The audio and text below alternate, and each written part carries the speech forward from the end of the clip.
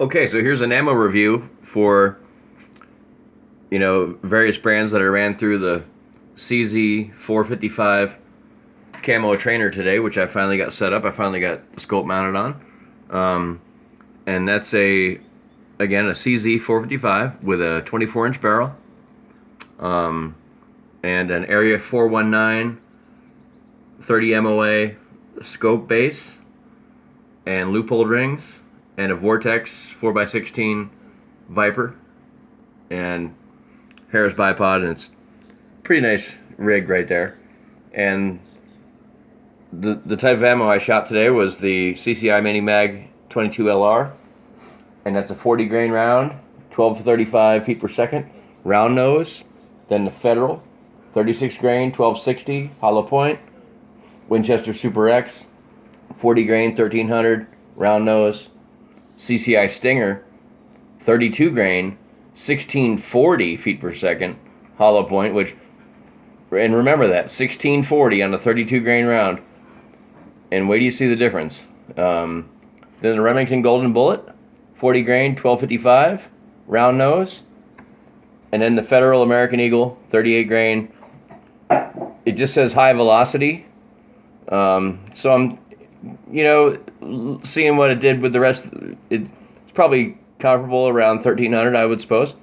And that's a hollow point as well. So let's get right to it. Here's the target. And gonna make this, it's a little busy. It's quite busy, actually. I'll go through the main squares in the middle first. This one down here at the bottom, that middle was getting zeroed at 50 yards, and then I covered up the holes, and then refired at 100 yards, and I zeroed with the Federal 36 grain, 1260 feet per second hollow point. So that's, the covers were 50 yards, and then there's the 100 yard zero. And then same round, confirmed zero before my testing. So that middle target right there on the top here, that's the Federal as well. And I guess I must have just shot 4 rounds. I don't know where. I probably thought I shot 5, but I must have just shot 4. Unless I shot 5 and one's in the same hole. Who knows? But anyway, here's the first one. That's the CCI Mini Mag. Top left corner. You got 1, 2 together, touching each other.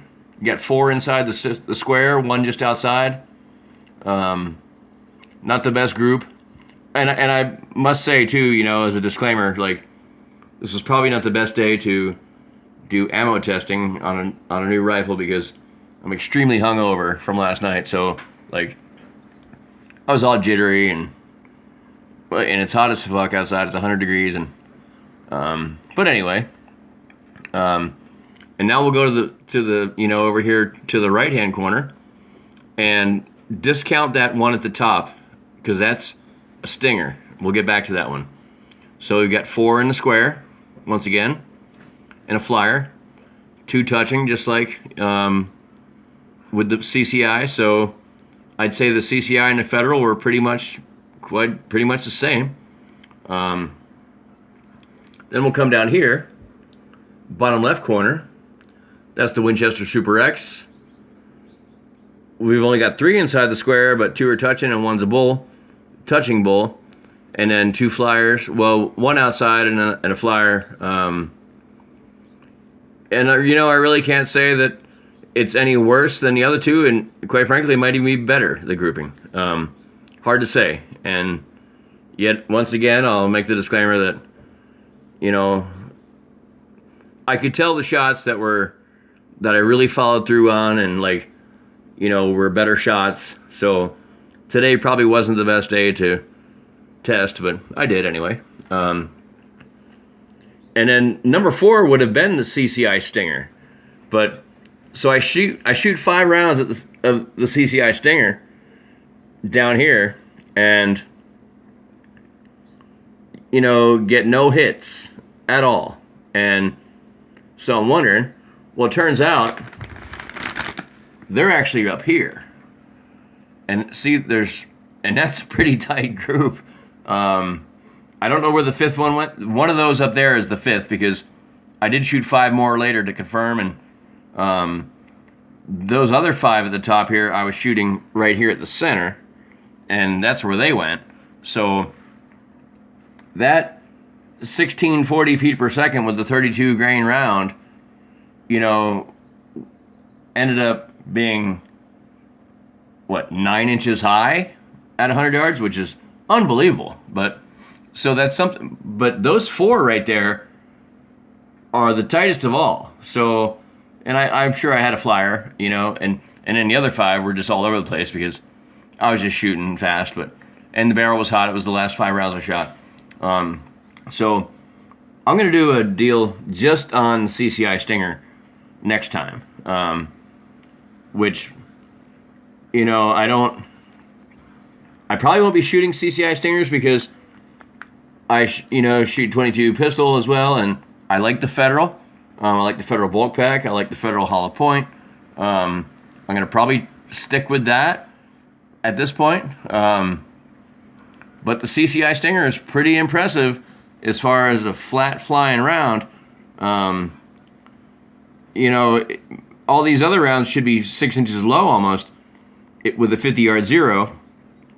And, at 100, we end up over 6 inches high. So it's crazy. But anyway, back to this one, which now was the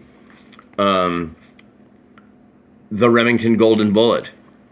And we've got 2 inside the square, 2 just outside, and then a flyer. So, I'm not down on the Golden Bullet either. I'd have to say user error on all these different cartridges today, and this one obviously has the furthest distance from bull, but I can't say that it's the ammo and not the shooter. And the grouping of the 4 is pretty nice. The 4 are actually, the tightest group yet, or very close, to number 1 and number 3, CCI and, the Winchester, and, can't count the Federal either. And then we'll come down here, and this was a very big surprise to me. And I guess it shouldn't be, but because it is Federal and it's great ammo. I run American Eagle through a lot of different weapons. I've always liked American Eagle. And this is the 38 grain high velocity hollow point. All 5 in the square, 1 in the bull, 2 touching. So I'm going to have to go with the American Eagle 38 grain high velocity hollow point as being, the best cartridge today. And we're going to do some confirmation on that in the future and see if that is actually the case. And once again, right here, the center bull was getting 0 to 50, then I covered them up, and then 0 to 100, and then confirmed 0 out of 100 in the center up here, and then shot 1, 2, 3, 4, 5, 6 in that order. CCI, Mini Mag, Federal Hollow Point, Winchester Super X, CCI Stinger, Remington Golden Bullet, then American Eagle. So that's my ammo review for today. And once again, if you saw my other video about the Smith & Wesson 22 Victory, I've been doing a little bit of tweaking to it. I've had some issues with it right out of the box. I just got this a week ago. It was not chambering rounds. It was not ejecting the spent cases properly and then jamming. And what I did is I stretched the spring out a little bit on the extractor, and lo and behold, it's working almost flawlessly now.